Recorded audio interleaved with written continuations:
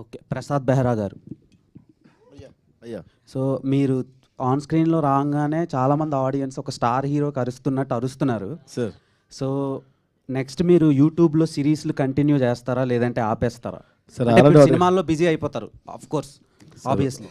Sir ప్రస్తుతానికి పెళ్లివారం అండే వల్ల కొంచెం సినిమాల్లో బిజీగా ఉన్నాను సార్ ఒక సంవత్సరం దాకా. ఇంకా పెళ్లివారం అంటే సీజన్ 3 లాస్ట్ సార్ ఆపేస్తున్నాను ఇంకా. ఆల్ ద బెస్ట్ అండి.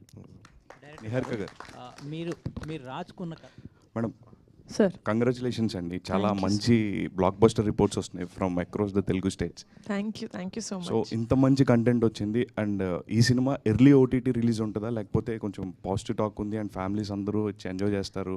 I'm definitely against this. అంటే సినిమా రిలీజ్ అయిన 2 వారాల్లోనే ఓటీటీలో వచ్చేయడం అనేది నేను చాలా అగేన్స్ట్. ఎందుకంటే నేను ఒక థియేటర్ ఎక్స్పీరియన్స్ ఎంజాయ్ చేసే ఒక ఆడియన్స్. సో డెఫినెట్గా మాదైతే టైం పడుతుంది ఓటీటీలోకి రావడానికి. డైరెక్టర్ గారు ఒకటి ప్రసాద్ తీసుకోండి ఒకసారి. కాదు, కొన్ని రోజులు థియేటర్లో ఆడినాయి మా సినిమా, ఎందుకు ఓటీటీ రమ్మంటున్నావు సునీల్? నేను రమ్మన్నట్లేదు, త్వరగా రిలీజ్ చేస్తారా అని అడుగుతున్నాను. కొంచెం లేట్గా రిలీజ్ చేస్తాను.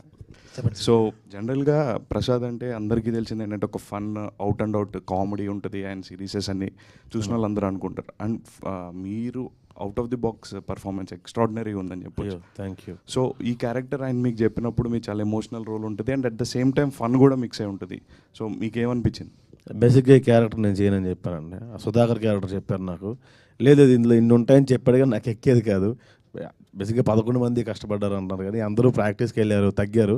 నేను కొన్ని ప్రొడక్షన్లో తగ్గా, కొన్ని ప్రొడక్షన్ల మీద నమ్మకం పోయి నేను తగ్గడం మానేశానండి. అందుకే అటు ఇటు ఉన్నాను నేను. సో నా క్యారెక్టర్కి ఎటువంటి క్రియేట్ వచ్చినా సరే అది వంశీకి వెళ్తుంది.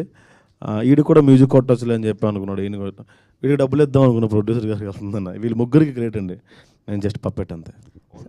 థ్యాంక్ యూ డైరెక్టర్ గారు